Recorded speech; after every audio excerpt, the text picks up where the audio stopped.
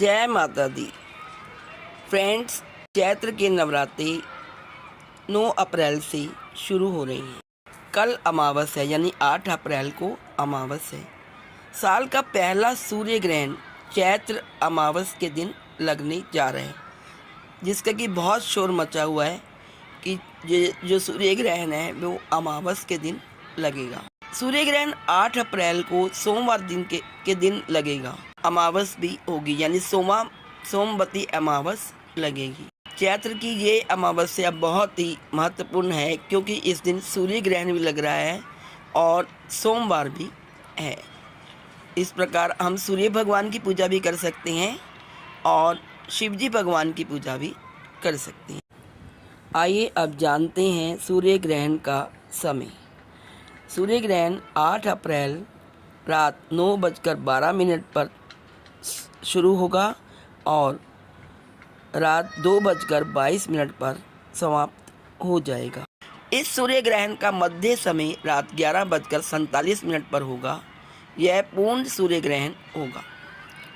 सूर्य ग्रहण की अवधि होगी 5 घंटे 10 मिनट। तो दोस्तों, ग्रहण लगने के कारण लोग बहुत ही असमंजस है कि पूजा अमावस की होगी या नहीं होगी। अमावस्या के दिन वो दान कर पाएंगे, नहीं कर पाएंगे, पितरों की पूजा कर पाएंगे या नहीं कर पाएंगे, क्योंकि साल का ये पहला सूर्य ग्रहण बहुत ही अहम माना जा रहा है और ये सूर्य ग्रहण लोगों के जीवन पर पूरी तरह प्रभाव भी डालता है। वैज्ञानिकों के दृष्टि में सूर्य ग्रहण एक खगोलीय घटना है। सूर्य ग्रहण कब लगता है? जब सूर्य और पृथ्वी के बीच चंद्रमा आ जाता है, तब सूर्य ग्रहण लगता है। अगर साइंटिस्ट की मानते हैं तो 8 अप्रैल को लगने वाला सूर्य ग्रहण पूर्ण सूर्य ग्रहण होगा, जो कि 54 साल के बाद लगने वाला है और ये सबसे लंबा सूर्य ग्रहण होगा। और अमावस पर लगने वाला पूर्ण सूर्य ग्रहण बहुत खास माना जा रहा है। यह सूर्य ग्रहण मीन राशि और रेवती नक्षत्र में लगने जा रहा है। आइए अब जानते हैं यह ग्रहण भारत में दिखाई देगा या नहीं और कहां कहां दिखाई देगा। यह ग्रहण भारत में दिखाई नहीं देगा, इसलिए इसका सूतक काल भी भारत में मान्य नहीं होगा। आप सब जानते हैं कि लेकिन इसका सूतक काल भारत में मान्य नहीं होगा, क्योंकि ये भारत में दिखाई नहीं देगा। यानी कि इस ग्रहण का देश दुनिया पर भौतिक प्रभाव, आध्यात्मिक प्रभाव, सूतक का प्रभाव या किसी प्रकार का भी धार्मिक प्रभाव नहीं पड़ेगा। इस ग्रहण के दौरान भारत में रहने वाले सभी लोगों के लिए सामान्य दिनचर्या होगी। वे पूजा पाठ कर सकते हैं, अपने पितरों के लिए तर्पण कर सकते हैं, क्योंकि उस दिन अमावस भी है।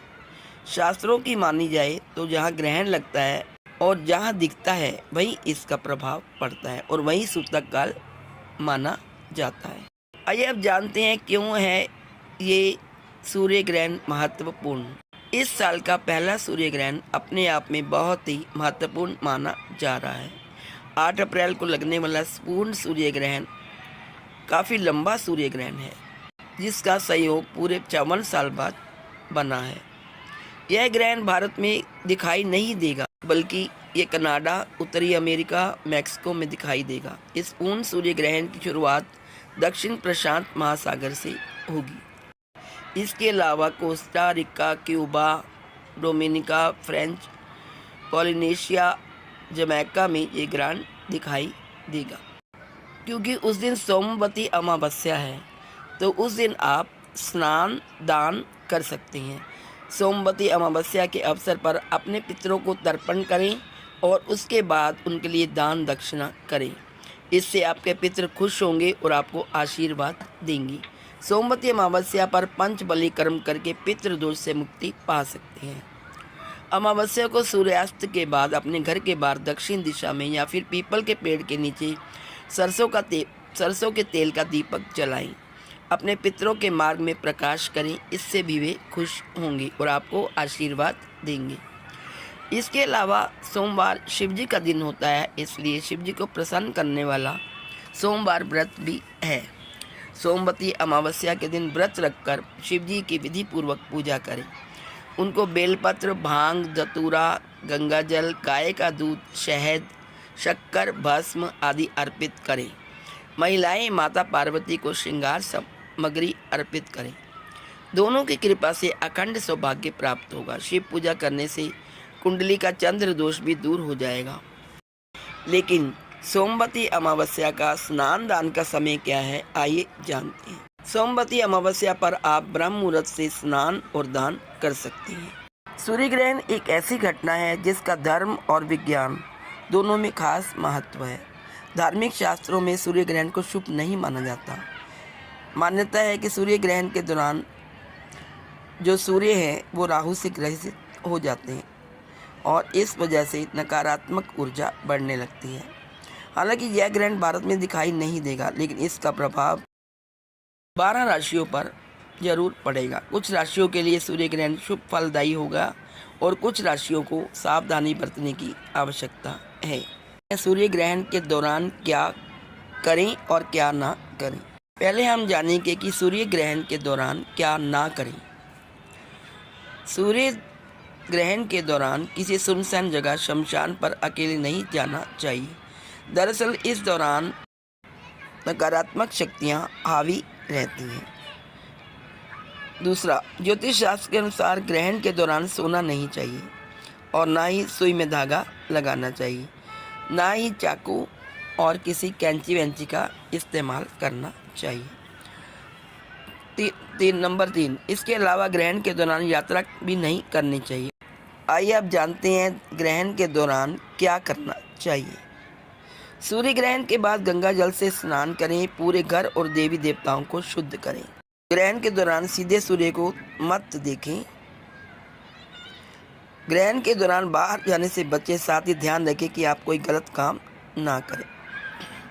ग्रहण के बाद हनुमान जी की उपासना करें। आइए अब जानते हैं ग्रहण की पौराणिक कथा कि ये ग्रहण क्यों लगता है और किसके कारण ये ग्रहण लगते हैं।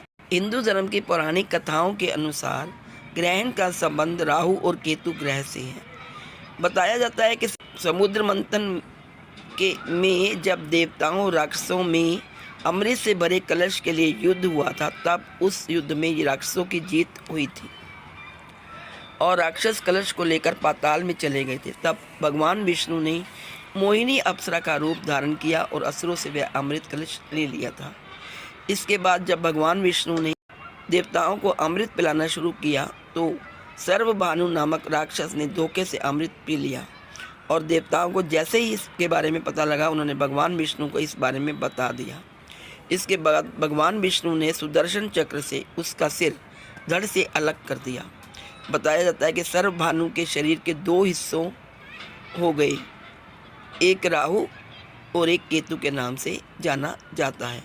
और देवताओं से अपमान का बदला लेने के बाद वह सूर्य और चंद्रमा से बदला लेने के लिए बार बार ग्रहण लगाते हैं।